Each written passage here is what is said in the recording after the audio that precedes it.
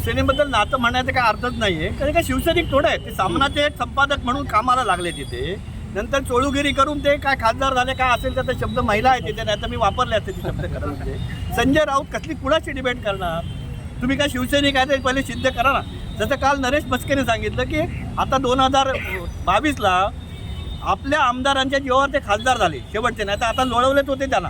परंतु हा माणूस एवढा निर्लज्ज झाला आहे ना, आणि उद्धवजींना एवढं त्याने गुंडाळून ठेवलं की आता पक्षप्रमुख उद्धव ठाकरे का संजय राऊत हा सर्वसामान्य माणसाला पडलेला प्रश्न आहे. आणि म्हणून संजय राऊतांनी ठीक आहे, आता जे झालं तुम्ही आतापर्यंत हे शेवटचं वक्तव्य त्यांचं असावं, कारण एवढं बेताल वक्तव्य त्यांच्यासारखा एक जबाबदार संपादक म्हटल्यावर आपण आपल्याला वाटतं कोणतरी मोठा माणूस आहे, त्याच्यासारख्या एवढं बेजबाबदारपणाचं जे वक्तव्य करतात ना, याचा आम्ही निषेध करतो. आणि त्याचं जे काय आहे ना रिझल्ट, ते ह्याला पुढच्या 6 महिन्यात कळणार आहे. त्यामुळे त्याने आता तयारीत राहावं त्याप्रमाणे. मी स्वतः ऐकलं आहे, मला असं कळलं की त्याने सकाळी म्हटलं की मी आनंद दिघेंच्या विषयावर कुणाच्याही शिवसैनिकांबरोबर निष्ठावान शिवसैनिकावर डिबेट करायला तयार आहे.